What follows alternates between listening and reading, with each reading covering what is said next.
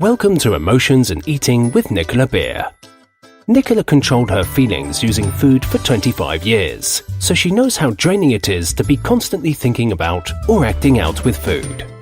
Thankfully, having made an amazing breakthrough in her recovery, her mission became about helping others escape the unsatisfying cycle of frustration and self-medication with food. Nicola is determined to help you find your inner strength so you can be healthy, gain confidence, feel great, and be at peace with yourself and food. Hi and welcome, this is Nicola Beer and I'm so happy you're here for part 2 into how to love your body and loving your body, which is so important because we cannot love ourselves if we do not love our body. If we give ourselves conditional love by saying to ourselves that I only love my body if it's thin, I only love my body if it's perfect, I only love my body if it's more curvy, if it's more shapely, whatever it is, then that is conditional love. And in order to have more love in our lives, to feel free, to feel happy, we need to be feeling love from the inside out. So this episode, we're going to be looking at loving your body with movement, exercising. Then I'm going to talk to you about anointing and ritual. And lastly, setting an intention or prayer. So the first is loving your body with exercise, moving. Our bodies were born to move. And the real you loves to move. Just look at children. They love running around and moving. In fact, it's impossible to stop them. It's only as we get older that we start to adopt beliefs about moving and exercise that limit us. Such views can often harm our bodies and impact our mind. I've been at times in my life where I thought, I don't have any time. I can't be bothered.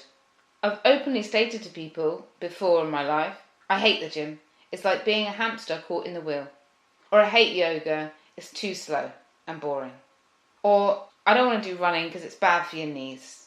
Then later, actually having a mindset shift later, I've absolutely loved the gym at times, especially when I'm listening to audiobooks or music that I used to dance to when I was in my teens. I've ran 5 half marathons and I trained up for that by walking because I absolutely love walking. And now I would not be without my yoga every day. I absolutely love yoga. So the point is, whatever exercise mindset you have, you can change it. And you can enjoy it. Whatever exercise that you want to enjoy. And just because you may not have in your mind liked something in the past, or something you may have tried in the past, it doesn't mean that you may not like it right now. Some people push and force their body to exercise. And I've been there and done that too. When I was in my extreme exercising, I would run and run and run. And push myself when my body was screaming help and no. So the best and only thing to do when it comes to moving your body is to listen to it. When you listen to your body and move your body, it feels good.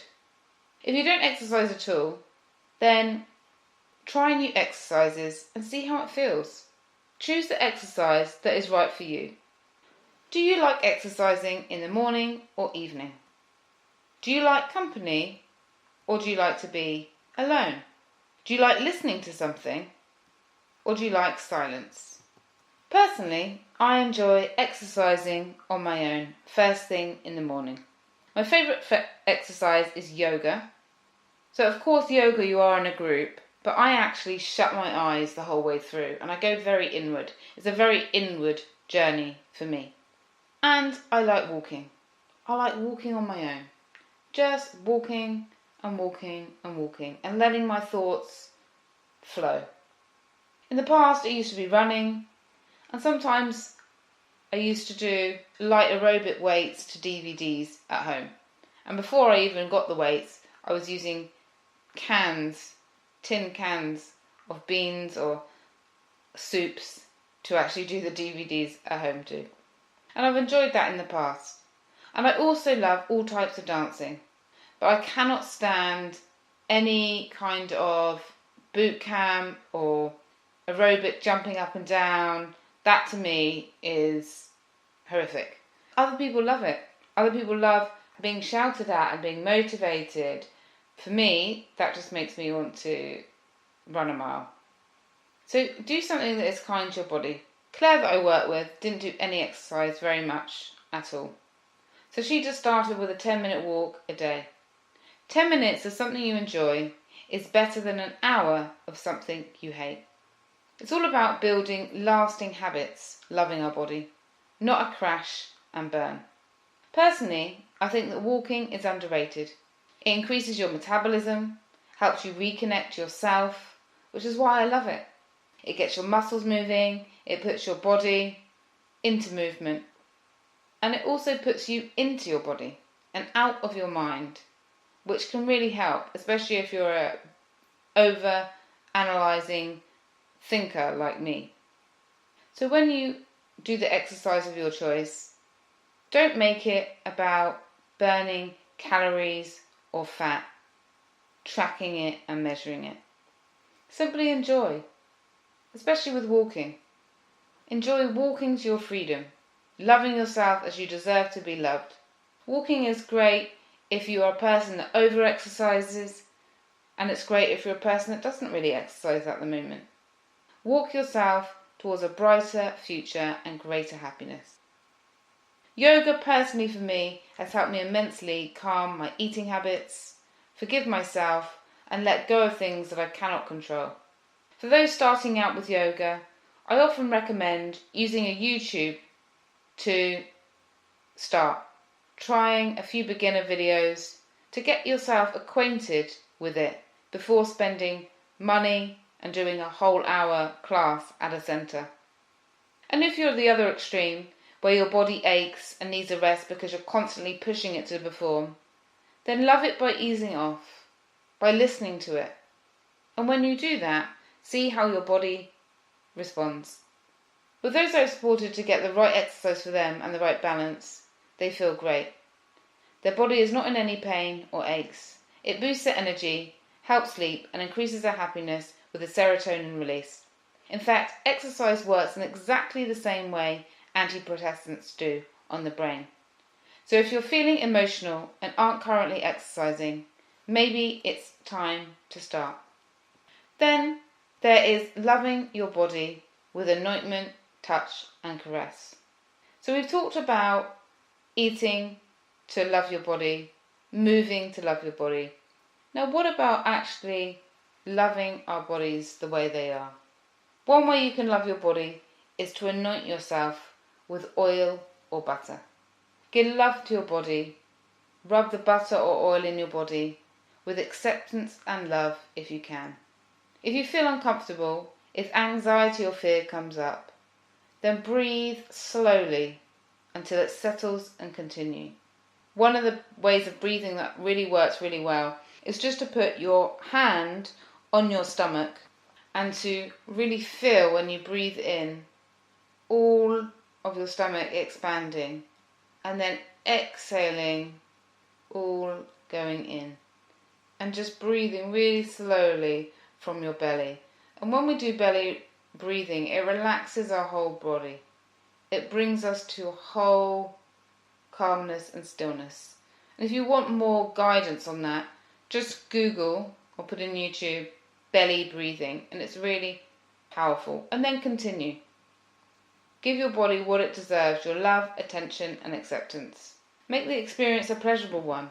Add music, light a candle or incense if you like. Take time over every inch of your body, paying attention to each limb, each curve, each scar and each joint. Do not rush it. Give yourself at least 30 minutes time for you, and do this once a week or once a fortnight or more if you can. If you can do it a few times a week, amazing. And when you do this, accept, affirm, apologise and forgive your body for what it has not done. Because as I mentioned in the importance of loving your body, our body has not done this to us. Our mind has done this to our body, our emotions and maybe our addiction. Not every compulsive eater is a food addict, but every food addict is a compulsive eater. So really love and appreciate your body. The fact that it functions, that it breathes for you, that your heart beats, that your hair grows and shines, that your skin and your cells regenerate consistently. If you've never loved your body, then do this practice, and in doing this practice, you will retrain your mind. You will be giving proper attention and respect to your body that it deserves. Respect your body in the way you feed it, use it, love it, and how you take care of it. This oiling ritual marks the end of an abusive relationship and the beginning of a loving one between you and your body. Enjoy it, love it, and make time for it. To make sure you get the most out of this experience, I highly recommend doing this in a clutter-free space. Make the area beautiful. You deserve beauty, so no old towels with stains on them, no mess around you. Instead, let it be peaceful, loving experience, where you use the oil or butter to nourish yourself. Kings and queens performed this ritual, and it was also done in biblical times as a sign of grace, strength, love, and power. No matter what your body has suffered, it deserves your acceptance and affection, as well as attention. So after performing this ritual, wrap yourself in a soft towel or bathrobe and take some time for yourself to meditate, to relax, to read, to play music, to journal, to sit in silence, or anything that helps you to feel relaxed and calm. And this is a great ritual. A lot of the people that I work with start doing this instead of overeating when they have that crave to overeat. Instead, they'll take themselves upstairs in their house, obviously if you don't have an upstairs, to the shower, to the bath, and they will then do this ritual of anointing themselves, playing music or listening to an audiobook or just being in silence. And it's a great way to break the cycle of reaching for more comfort food. And whilst I don't have the opportunity to do this every way, I always strive to do this 2 times a week. So lastly, I just want to finish up with what has been useful for some people that I've worked with, as well as for myself. And this is setting an intention or prayer. So if you believe in God, a higher power, are spiritual or religious, then prayer can be a very useful way, and setting an intention can be a very useful way to assist you in helping you to love your body. If you are atheist, then you can instead state an affirmation to yourself. You can sit in silence and you can say, I love my body, I accept my body, I respect my body. You can do something like that. But if you do believe in the power of prayer, or you would like to try and begin to explore the power of prayer, you could say something like this. Dear whatever you believe in, help me to love my body no matter what, size and shape. To forgive my body and forgive myself for the past pain I have caused. Restore my mind to sanity.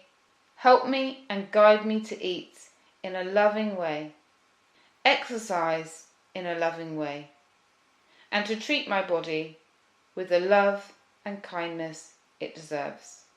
I offer this up to you. I offer this out to the universe for your help and guidance. So it could be something simple like that. Or as I mentioned, if you don't believe, then stay sitting in silence and saying an affirmation like, I'm feeling healthier and happier with myself each and every day. I'm feeling healthier and happier with myself each and every day. I'm feeling healthier and happier with myself each and every day. And the great thing about affirmations is they really work. And it doesn't matter whether you believe it or not. It really can start to shift your behaviour when we get into repeating them and into this cycle. So these are all ways that you can work towards loving your body using your conscious mind. Now I also work on a much deeper level with the subconscious mind. And that's because often we can feel very low in ourselves we have low self-esteem,